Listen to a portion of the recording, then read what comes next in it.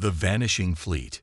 Admiral Vexra stood at the command deck viewport of the warship Inevitable Conquest, gazing at the distant blue-white sphere hanging in the darkness. Earth, the third planet of an unremarkable yellow star at the edge of the Orion Arm. Unremarkable, except for its frustrating ability to repel every expedition the Zentari Collective had sent to claim it. 12 previous fleets had ventured into this system. None had returned. "Admiral, all ships report ready for advance," said Commander Tekka, the second in command whose gray scales had darkened with age and experience. "Our cloaking technology is engaged and functioning at optimal parameters. The humans will not detect our approach." Vexra narrowed her compound eyes, the facets capturing the starlight in prismatic patterns. So said Admiral Krill before his fleet vanished without a trace, and Admiral Zenta before him. She turned to face her crew, all four arms clasped behind her back in the formal posture of command. "But we have what they lacked, the quantum displacement shields. Our scientists assure me they will neutralize whatever weapon the humans employ." The bridge crew clicked their mandibles in agreement, but Vexra detected the subtle pheromone of doubt in the recycled air. They had heard such confidence before. "Commence the approach," Vexra ordered. "Formation Delta 6. Keep all sensors at maximum range. I want to know the instant anything unusual appears." The fleet of 30 warships glided forward, their sleek, chitinous hulls absorbing rather than reflecting light. Each vessel bristled with weaponry that could reduce a small moon to rubble. Vexra had personally overseen the loading of the terraforming packages that would remake Earth's atmosphere to suit Centauri biology once the human resistance was crushed.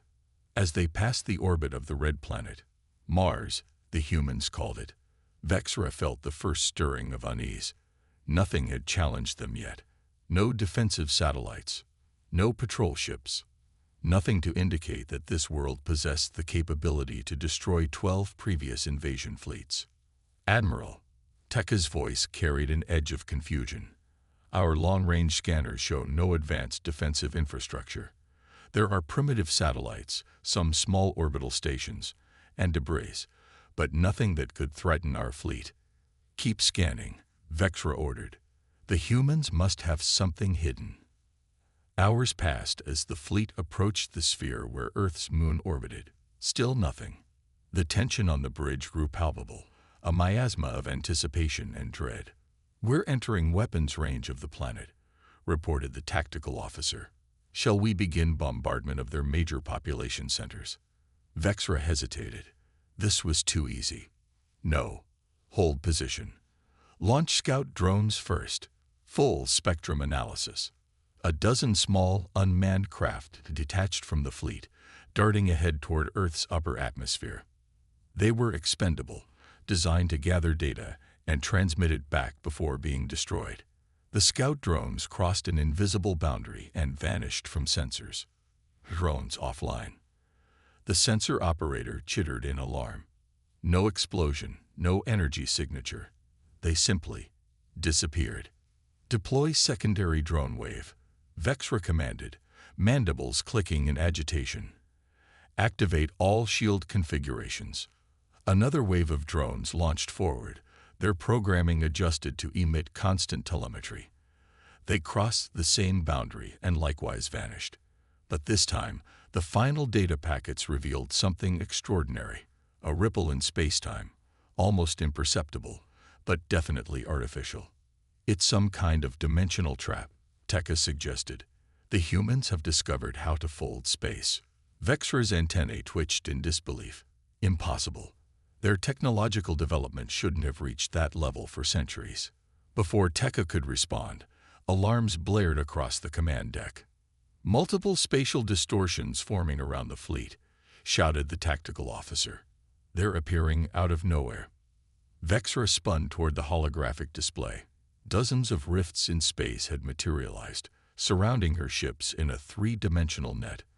From each rift emerged vessels unlike any she had seen before. Sleek, asymmetrical craft that seemed to phase in and out of normal space as they moved. Evasive maneuvers. "Activate quantum displacement shields," Vexra commanded. The Zentari ships scattered, their weapon systems charging to full power. The first shots lanced out toward the human vessels, powerful beams of accelerated particles that could slice through planetary crusts. They passed harmlessly through the human ships as if firing at ghosts. Direct hit on the relentless claw. The tactical officer's voice rose in pitch. Hull breach, critical systems failing. Vexra watched in horror as one of her cruisers erupted in a cascade of explosions. The human weapon had bypassed its shields completely. Two more Zentari vessels succumbed in quick succession, their destruction illuminating the void with silent, terrible beauty. The human weapons are phase-shifted, Tekka realized aloud. They exist partially in another dimension. Our shields are useless against them.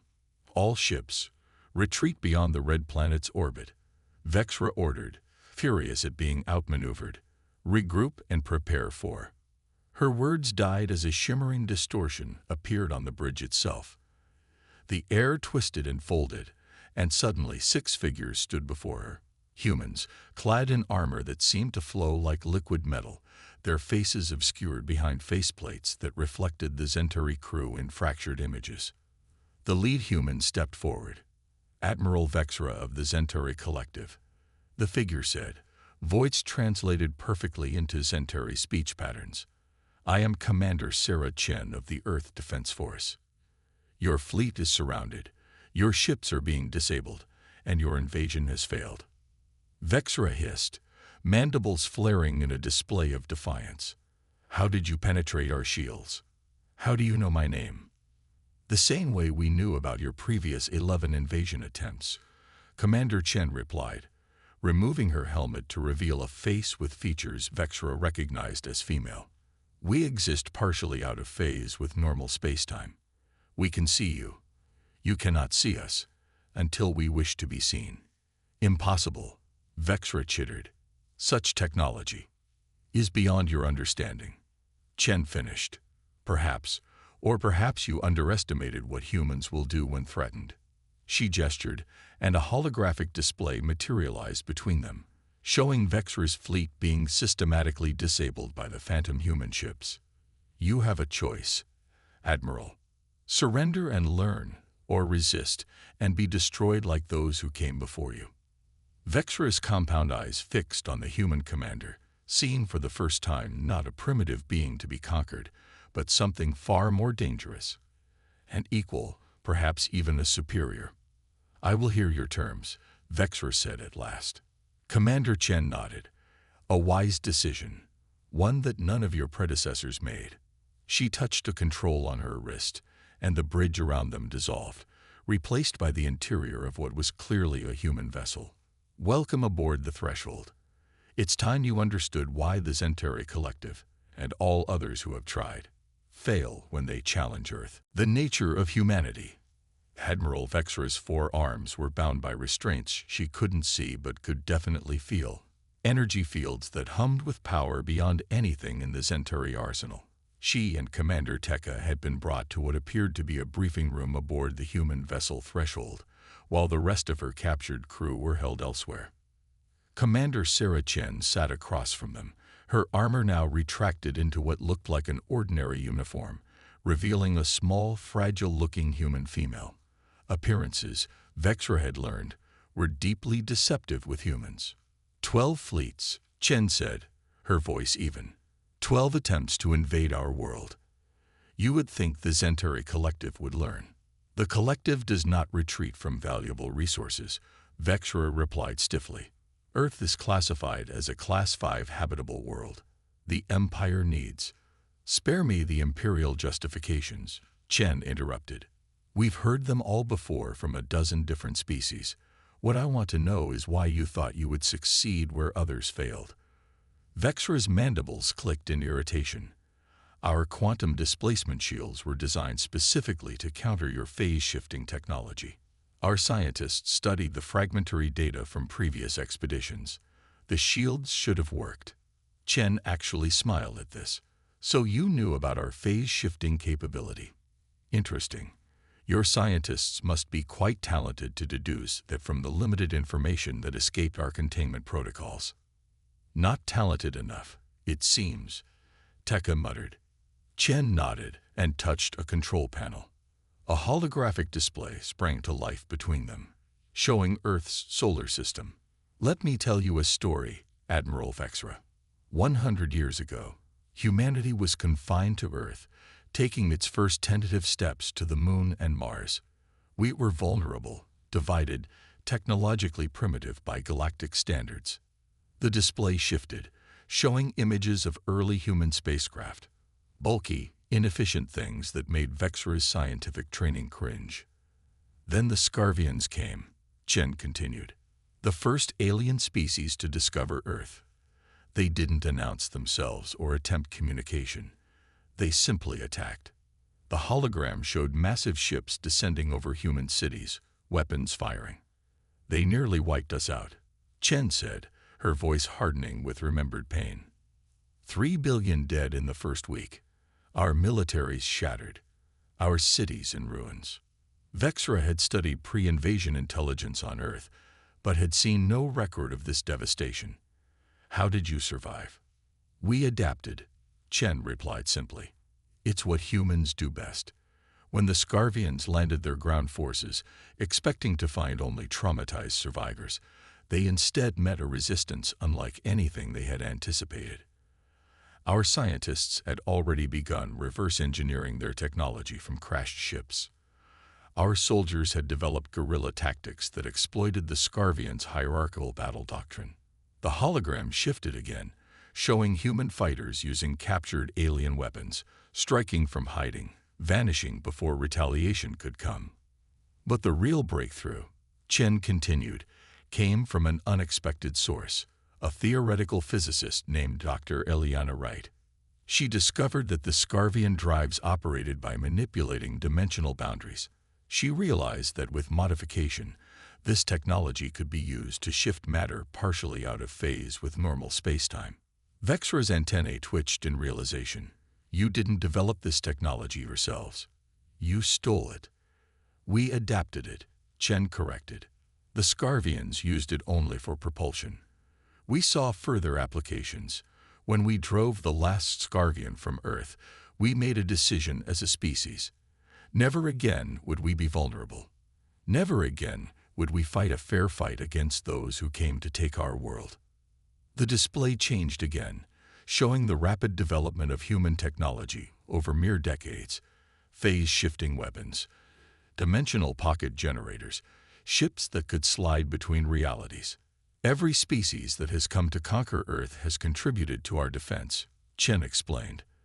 The Jalari gave us advances in quantum computing. The Nith provided insights into gravitational manipulation.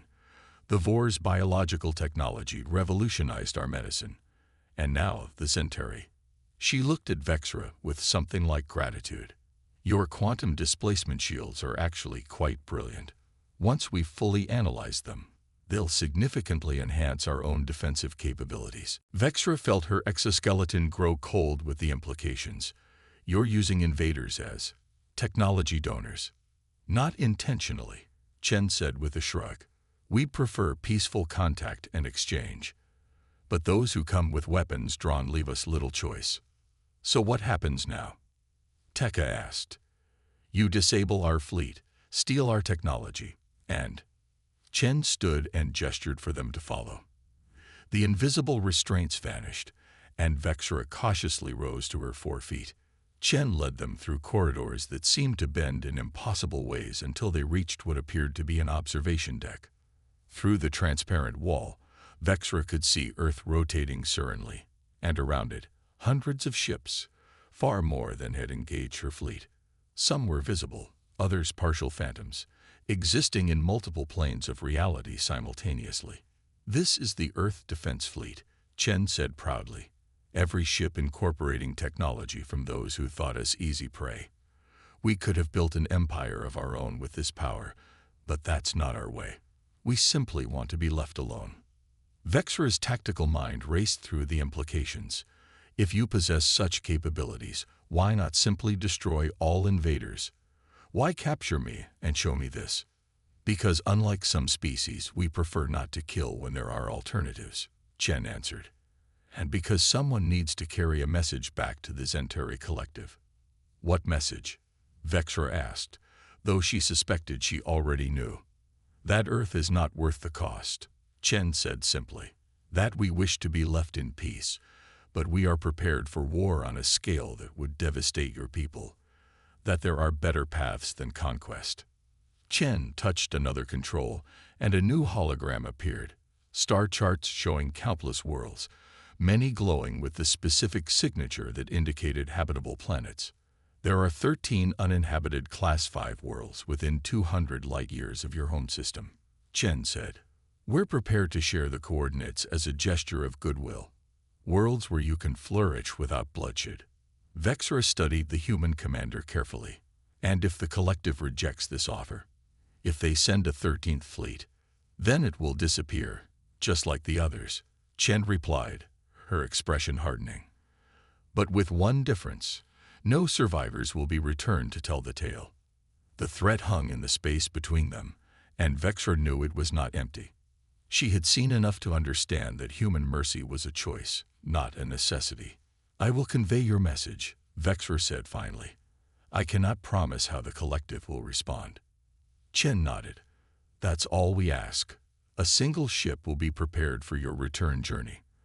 The rest of your fleet will remain here, disabled but intact, as assurance of your good faith. As they were escorted back to the briefing room, Tekka leaned close to Vexra, his voice barely audible. Do you believe they would actually share those coordinates? Give us 13 worlds instead of one. Vexra considered this.